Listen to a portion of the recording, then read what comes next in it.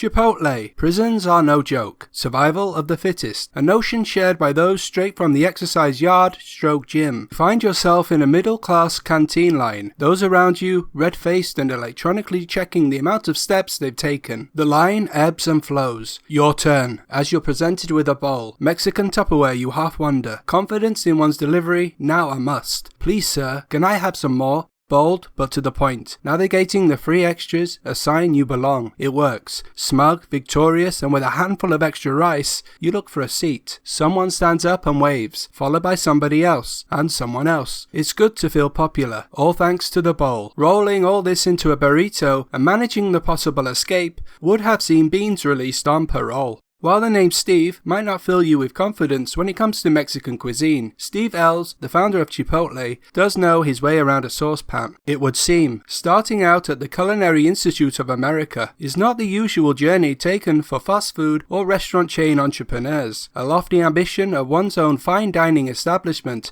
is usually the dream, and Steve Ells was no different. While working at Star's restaurant in San Francisco, Ells realized he was unfamiliar with the financial side of running a restaurant. One day, while sitting in his local taqueria, Zona Rosa, he noticed how quickly customers were being served. Taking out a napkin and a pen, Ells jotted down what he thought the average spend per customer was, and how many people were being served in a given time. This shows the attention to detail Ells displayed right from the beginning. Taking a pen with you when you go to eat tacos is a must. A ruler for long division, even better. With his stationery and napkin-based spreadsheet, Ells returned back to Colorado with the idea of starting Chipotle. As a way to earn some money in order to start his own restaurant, sort of start a restaurant so he can start a restaurant kind of scenario. To do this, Ells would require money. His father Bob had agreed to loan him the money, around $75,000. Other reports state slightly more, but we'll go with this one. Most founder stories should be taken with a grain of salt anyway. The first Chipotle opened in Denver in 1993. The opening day saw sales of a few $100s, and the second day was double that. Some people did require convincing initially, but it wasn't long before a second location was added. Good publicity from a local newspaper article helped with exposure. An early manager stated that sales in those days were around $3,000 to $4,000 a day, which after some refinement became $6,000 or $7,000 a day. What's interesting is that a restaurant consultant named John Bergamo stated that at the time everybody was opening places that served similar wrapped products, and he advised Ells to diversify the menu, but Ells disagreed, maintaining a menu of just a few items. Trying to pinpoint what makes a successful concept and an unsuccessful concept when looking back is usually tricky. Hard to pinpoint the magic. Many were doing it, but almost none will get to the size of Chipotle. A limited menu is straight out of the fast food playbook. This no doubt helped, not only with streamlining the operational side of the business, buying more quantity of less ingredients, staff training, faster service, that kind of thing, and of course refining a great product. But an important factor that founders often skim over is financing. Steve Ells clearly had a strong network of family and friends when starting Chipotle. This helps enormously. Ells' parents from the beginning helped to finance the first restaurant and the subsequent early locations after that. Steve Ells still had his heart set on a quote, real restaurant, but Chipotle was doing rather well. In 1996, Steve's parents, Bob and Barbara, raised $1.3 million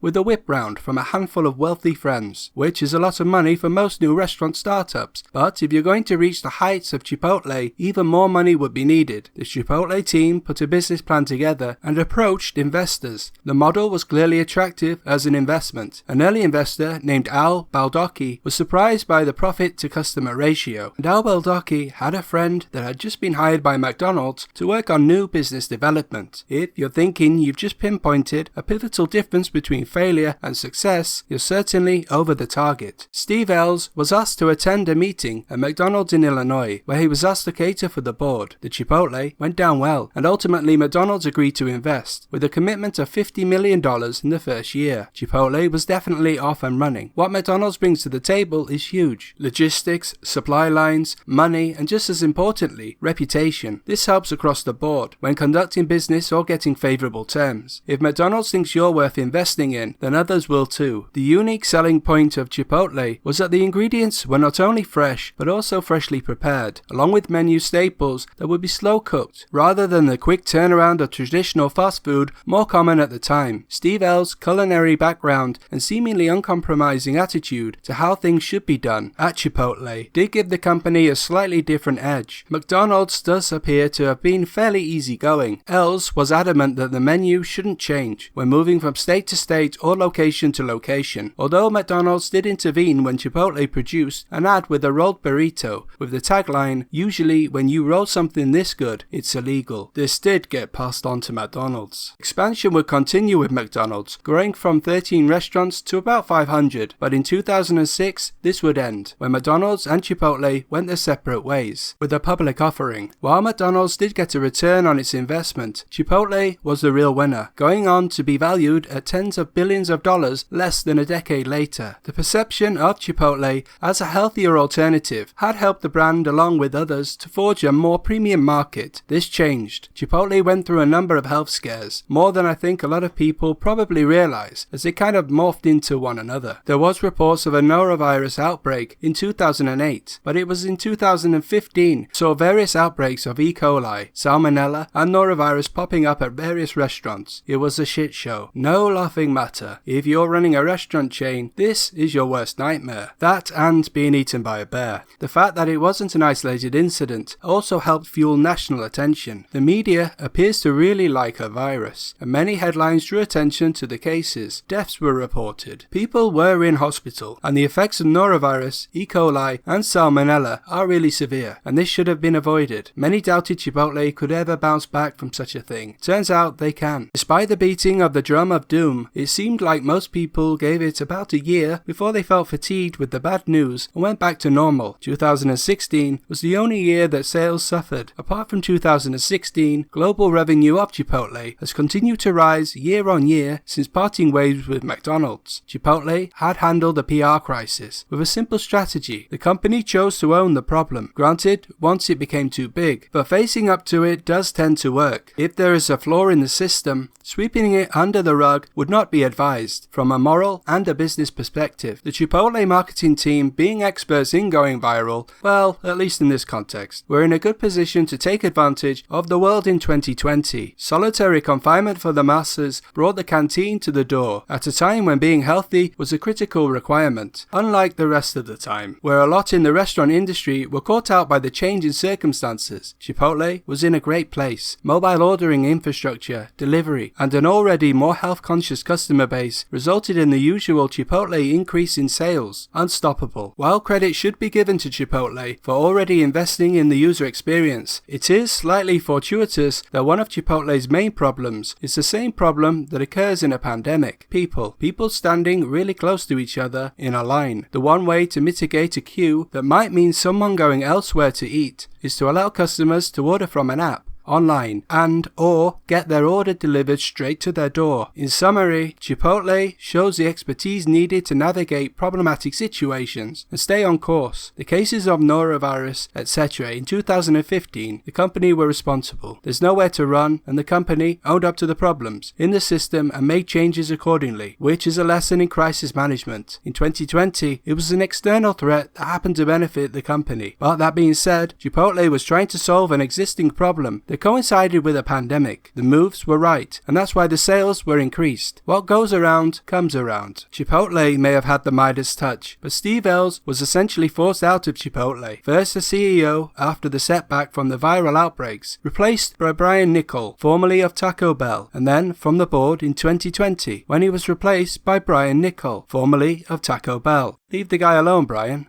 If an apocalyptic scenario should occur in the not-so-distant future, and you find yourself in a middle-class solitary confinement, scrolling through an app in a suburban apartment block, calling out the window to your neighbor for a Chipotle coupon code in order to maintain sustenance while counting your steps, make sure you order some extra rice. It is free. All things Chipotle. Let me know. Thanks for watching.